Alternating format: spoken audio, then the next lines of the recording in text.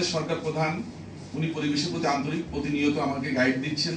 গাছ কাটা, পাহাড় দখল, নদী দূষণ, বায়ু দূষণ, শব্দ দূষণ, ইভেন কি দৃষ্টি দূষণ, এটা নিয়ে উনি কথা বলেছেন। আজকে দৃষ্টি দূষণ শব্দটা আমার কানে প্রথম আসলো, তো এটা আমার একটা ব্যর্থতা আমি বলবো।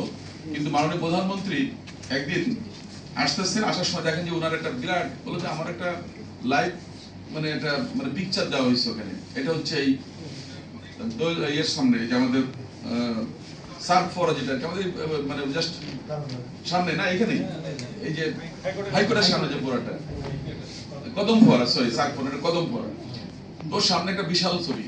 উনি আমাদের সামনে এসে বসছেন আমাদের সাথে পরিবেশ নিয়ে কথা বলার জন্য, মূলত আমাদের গাছ লাগানো সহ অন্যান্য কিছু পরিকল্পনা নিয়ে।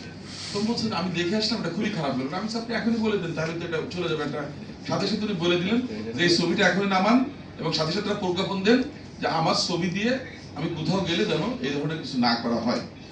তো সেই মুহূর্তে কিন্তু নামিয়ে দিয়েছেন। এবং পরবর্তীতে আমরা যখন বৃক্ষরোপণ অভিযান ঢাকাতে করি, বৃক্ষরোপণ পরিবেশ দিবস সহ বড় অভিযানটা লাস্ট মান্থে যখন করি, এই যে চিনমৈত্রীতে, তখন দেখা গেছে কিন্তু ওখানে ওনার কোনো ছবি ছিল না, দেয়নি।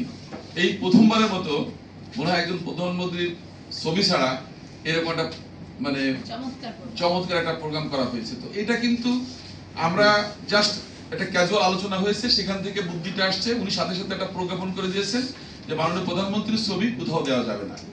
এটা একটা খরচের ব্যাপার, ব্যানার পোস্টার সবাই চায় দৃষ্টি আকর্ষণ করতে। উনার যখন ছবি দেওয়া হবে না, তখন অন্য অন্য নেতাদের ছবির পরিমাণও কিন্তু অনেক কমে গেছে। কিন্তু কারণ ওনার সঙ্গে বরিশাল সফরে গেছি, দেখছি খুবই সীমিত পরিসরে, মানে ওটা বলা যাবে না যে ওই রকম প্রচার হয়েছে। বা চিটাগাং গেছি, দুলহা যারা দেখছি বাই করছি, খুবই সামান্য প্রচার ছিল, মানে যেটা বলা ছিল যে 80% কমে গেছে, যেহেতু উনি নিজেকে প্রত্যাহার করে নিচ্ছেন যে আমার প্রচারের দরকার নেই।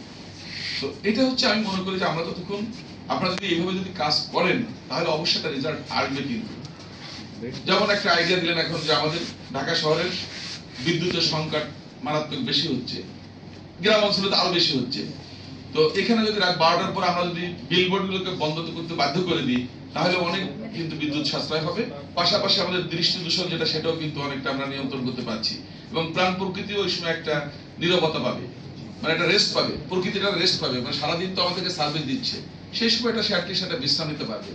আমি মনে করি যে হ্যাঁ, আপনাদের এই ছোট ছোট যে ইনোভেটিভ যে আইডিয়াগুলো, এগুলো আমাদের জন্য আসলে অনেক বড় জিনিস। কিন্তু আমাদের পলিথিন বা প্লাস্টিক দূষণ নিয়ে আমরা চেষ্টা করছি আমাদের মতো কাজ করার জন্য। আমি